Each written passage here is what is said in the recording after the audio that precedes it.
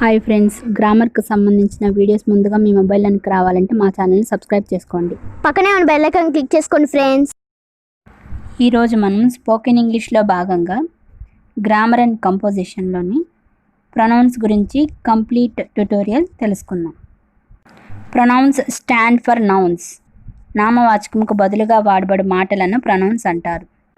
These pronouns are of different kinds. ఈ pronouns పలు రకాలు ఉంటాయి. ఈరోజు మనం వాటి గురించి తెలుసుకుందాం.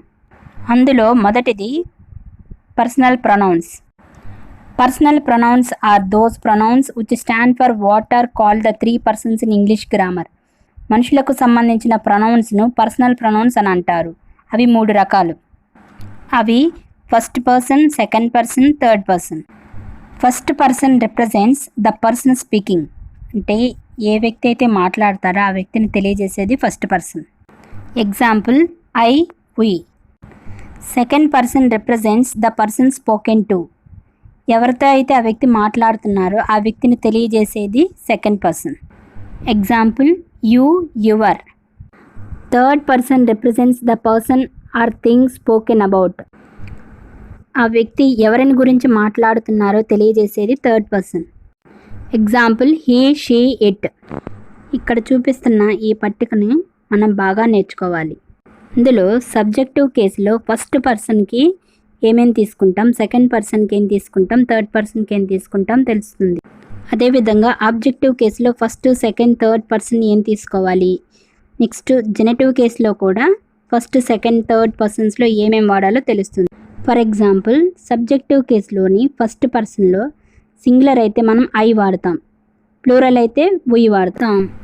అదేవిధంగా ఆబ్జెక్టివ్ కేసులో ఫస్ట్ పర్సన్కి సింగులర్ అయితే మీ వాడతాం, ప్లూరల్ నంబర్లో అయితే అస్ వాడతాం. ఈ విధంగా ఈ టేబుల్లో ఉన్న ప్రకారం మనం ప్రొనౌన్స్ని వాడతాం. నెక్స్ట్ ఫర్ ఎగ్జాంపుల్ థర్డ్ పర్సన్లోని సబ్జెక్టివ్ కేసులో సింగిల్ నంబర్లో ఒకవేళ మనది మస్కులైన్ జెండర్ అయితే హీ వాడతాం, ఫెమినైన్ జెండర్ అయితే షీ వాడతాం, న్యూటర్ జెండర్ అయితే ఇట్ వాడతాం. అదే ప్లూరల్లోకి వచ్చి దే వాడతాం. ఈ విధంగా ఈ టేబుల్లో ఉన్న ప్రకారం మనం ప్రొనౌన్స్ని వాడతాము. ఈ పర్సనల్ ప్రొనౌన్స్లో మనం కొన్ని ముఖ్యమైన విషయాలను తెలుసుకోవాలి. కొన్ని ఇంపార్టెంట్ నోట్స్. Note number 1. పట్టికలో చూపించిన విధంగా పొసెసివ్ కేసులో ఉన్న పర్సనల్ ప్రొనౌన్స్కు 2 రూపాలు కలవు. వీటిలో my, our, thy, your, her, their అను మాటలను పొసెసివ్ అడ్జెక్టివ్స్ అంటారు. ఎందుకంటే అవి నౌన్స్తో వాడబడి అడ్జెక్టివ్స్గా పనిచేయను. For example this is my pen. ఇందులో మై అనేది నౌన్ కింద వస్తుంది, అదేవిధంగా అడ్జెక్టివ్ కింద వస్తుంది. ఇక్కడ మై అంటే నేను, నాది. నేను అంటే నౌన్ కిందకు వస్తుంది. ఇక్కడ పెన్ అనేది ఎవరిది, నాది. నాది అనేది అడ్జెక్టివ్ కిందకు వస్తుంది. Next example those are your pencils. ఇక్కడ your. That is her ring. ఇక్కడ హర్. ఇవి పొసెసివ్ అడ్జెక్టివ్స్. నెక్స్ట్ పర్సనల్ ప్రొనౌన్స్లో second note. Names of animals taken in general are usually treated as neuter nouns and are refer to by it. మనం జంతువుల పేర్లను సాధారణంగా నపుంసక వాచకంగా పరిగణించి ఇట్ను వాడతాము. For example the camel has a hump on its back. ఇక్కడ ది క్యామెల్ అనేది యానిమల్, సో దాన్ని మనం ఇట్తో రిప్రజెంట్ చేస్తున్నాం. పర్సనల్ ప్రొనౌన్స్లో నెక్స్ట్ నోట్లోకి వెళ్దాం. When the sex of an animal is not specified it is refer to by the masculine pronoun. ఒక జంతువు ఏ జాతికి చెందినది నిర్దిష్టంగా చెప్పనప్పుడు దానిని పుంలింగపు సర్వనామంతో వాడాలి. For example we saw a lion at a distance he was staring at us. ఇక్కడ లైన్ అనేది ఫీమేలు మేలు అనేది చెప్పలేదు, సో మనం దీన్ని ఇక్కడ హీతో రిప్రజెంట్ చేస్తున్నాం. నెక్స్ట్ పర్సనల్ ప్రొనౌన్స్లో నెక్స్ట్ నోట్ గురించి తెలుసుకుందాం. When the sex is thought of or specified or when the word denote sex the appropriate pronoun masculine or feminine is used. జాతిని గురించి ఆలోచించినప్పుడు కానీ, నిర్దిష్టంగా చెప్పబడినప్పుడు కానీ, ఆ మాట జాతిని గురించి నిర్దేశించినప్పుడు కానీ సరైన సర్వనామం పుంలింగం కానీ స్త్రీలింగం కానీ వాడాలి. For example we saw a lioness in the forest there were 5 cubs near her. ఇక్కడ లైనెస్ అనేది ఫెమినైన్ జెండర్. ఇక్కడ ఆ లైన్ అనేది ఫీమేల్ అని చెప్పబడుతుంది కాబట్టి హర్ అనే సర్వనామంని వాడతాము. నెక్స్ట్ పర్సనల్ ప్రొనౌన్స్లో నెక్స్ట్ నోట్లోనికి వెళ్దాం. Note number 5. Names of lifeless objects are usually neuter, but nouns denoting cars, locomotives, ships, aircraft are often referred to by feminine pronouns. ప్రాణం లేనివి పేర్లు సాధారణంగా నపుంసకలింగంలో ఉండును, కానీ కార్లు, వాహనములు, ఓడలు, విమానయానములు పేర్లను సూచించే నామవాచకములు స్త్రీలింగపు సర్వనామములతో వ్యవహరించబడును. For example, is the Sarkar express late today? Yes, she is. ఇక్కడ సర్కార్ ఎక్స్ప్రెస్ అనే ట్రైన్ని మనం మెన్షన్ చేస్తున్నాం, అంటే అది లోకోమోటివ్ కిందకు వస్తుంది, కాబట్టి దాన్ని మనం ఫెమినైన్ ప్రొనౌన్తో రిప్రజెంట్ చేస్తున్నాం. నెక్స్ట్ ఎగ్జాంపుల్, ది జల Usha arrived in the port this morning. She brought A cargo of rice from Burma. ఇక్కడ జల ఉషా అనే పోర్ట్ గురించి ఎక్స్ప్లెయిన్ చేస్తున్నాం, అంటే అది ఒక ఓడ, చలనం లేనిది, కావున దాన్ని మనము ఫెమినైన్ ప్రొనౌన్తో యూజ్ చేస్తాం. నెక్స్ట్ పర్సనల్ ప్రొనౌన్స్లో నెక్స్ట్ నోట్లోనికి వెళ్దాం. Note number 6. She and her are sometimes used with reference to lifeless things such as the moon, the sea, the earth and one's motherland and ideas such as nature, fortune, science, liberty, mercy, peace and so on.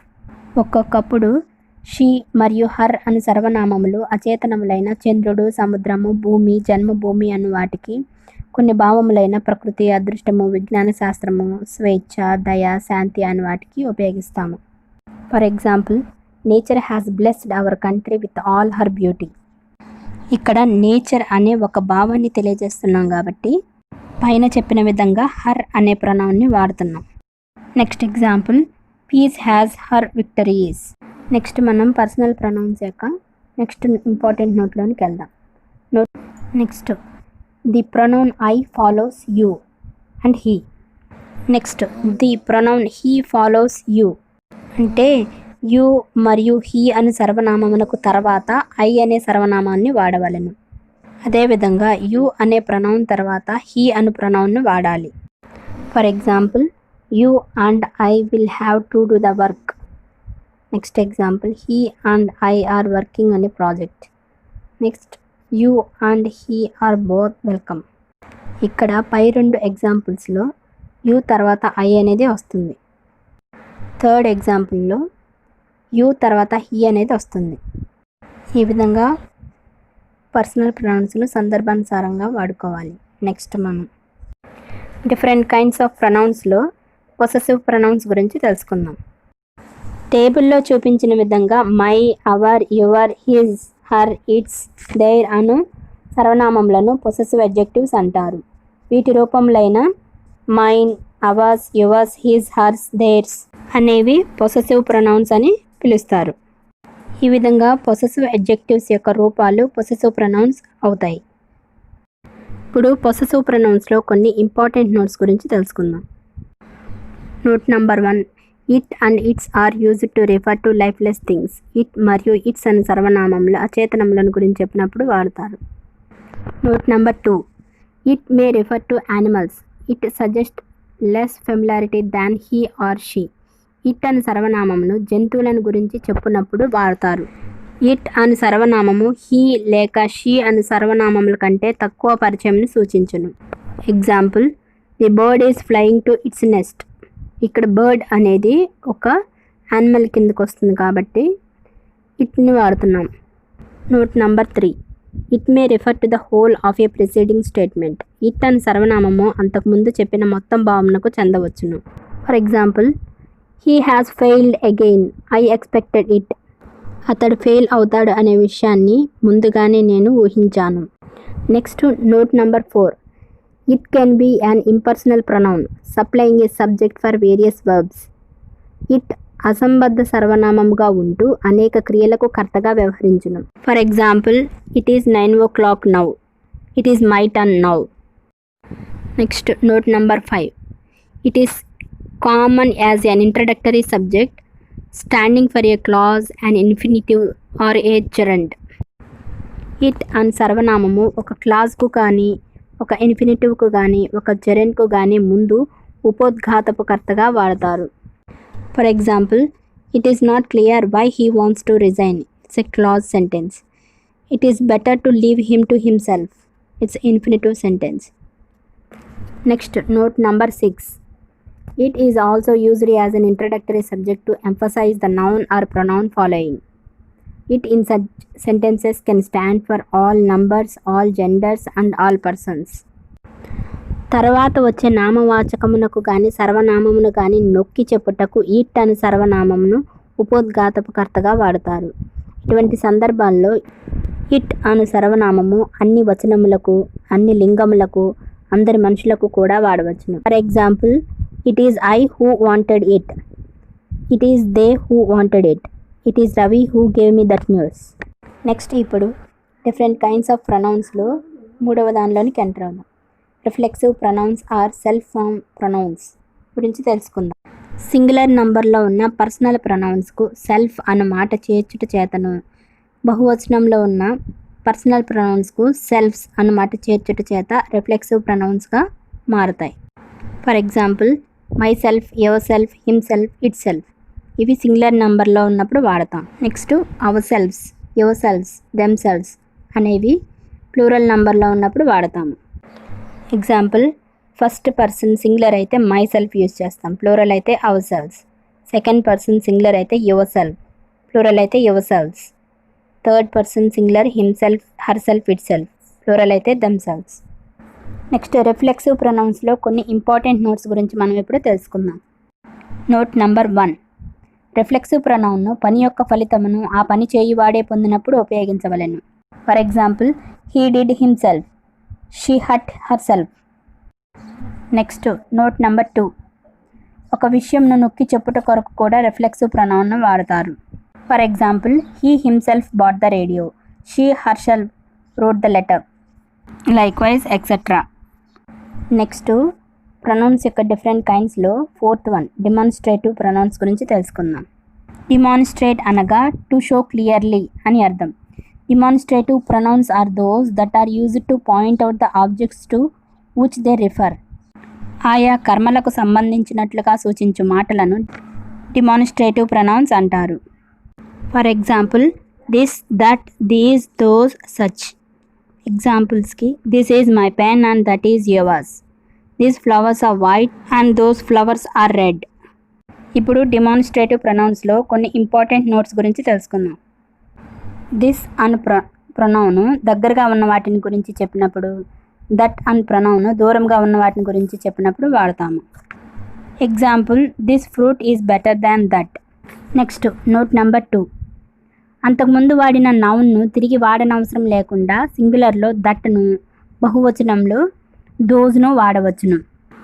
For example, the students of our college are better than those of your college. ఇక్కడ the students అనే పదాన్ని మళ్ళా రెండోసారి ఉపయోగించినప్పుడు those వాడాము. ఈ విధంగా demonstrative ప్రొనౌన్స్ని వాడతాము. నెక్స్ట్ డిఫరెంట్ కైండ్స్ ఆఫ్ ప్రొనౌన్స్లో 5th ఇండెఫినెట్ ప్రొనౌన్స్ గురించి తెలుసుకుందాం. Indefinite pronouns indicate persons or things whose number and identity are not defined. ఏ మనుషుల యొక్క లేక వస్తువుల యొక్క వచనము, గుర్తింపు స్పష్టము చేయబడలేదో అటువంటి వాటిని ఇండెఫినెట్ ప్రొనౌన్స్ అంటారు. For example, some are born great, some achieve greatness. Another example, none of the boys clear the paper. ఇక్కడ ఫస్ట్ ఎగ్జాంపుల్లో సమ్ ఆర్ బోర్న్ గ్రేట్, కొంతమంది గొప్పగా పుడతారు అని ఉంది. ఎంతమంది అని మనం స్పష్టంగా చెప్పలేదు కాబట్టి సమ్ అని మెన్షన్ చేశాం. ఇప్పుడు కొన్ని ఈ ఇండెఫినెట్ ప్రొనౌన్స్లోకి వచ్చేవి తెలుసుకుందాం. Example, somebody, anybody, someone, anyone, anything, something, other, others, another, nobody, nothing or other. ఇవి అన్నీ కూడా ఇండెఫినెట్ ప్రొనౌన్స్ కిందకి వస్తాయి. Sometimes the indefinite pronoun one has the meaning of anyone. ఒక్కొక్కప్పుడు వన్ అను ఇండెఫినెట్ ప్రొనౌన్ ఎనీవన్ అను అర్థంలో వాడబడును. For example, what can one do when 2 doctors give opposite advice. ఈ విధంగా సందర్భాన్ని బట్టి ఇండెఫినెట్ ప్రొనౌన్స్ని వాడతాము. నెక్స్ట్ డిఫరెంట్ కైండ్స్ ఆఫ్ ప్రొనౌన్స్లో భాగంగా 6th వన్ డిస్ట్రిబ్యూటివ్ ప్రొనౌన్స్ గురించి తెలుసుకుందాం. Distributive pronouns are so called because they refer to persons or things considered individually, that is one at a time and not collectively. ఒక్కొక్క సమయంలో ఒక్కొక్కనిగానే పరిగణింపబడు వ్యక్తులకు కానీ వస్తువులను కానీ సూచించు వాటిని డిస్ట్రిబ్యూటివ్ ప్రొనౌన్స్ అంటారు. Example, each, either, neither, everybody. Here are some examples. Each of the boys is given a slate. Neither of them is qualified for the test. Not everybody has the time to read novels. Some examples. Either of the applicants can be appointed temporarily. Here is one important note. The distributive pronouns are in the singular number and are therefore followed by singular verbs.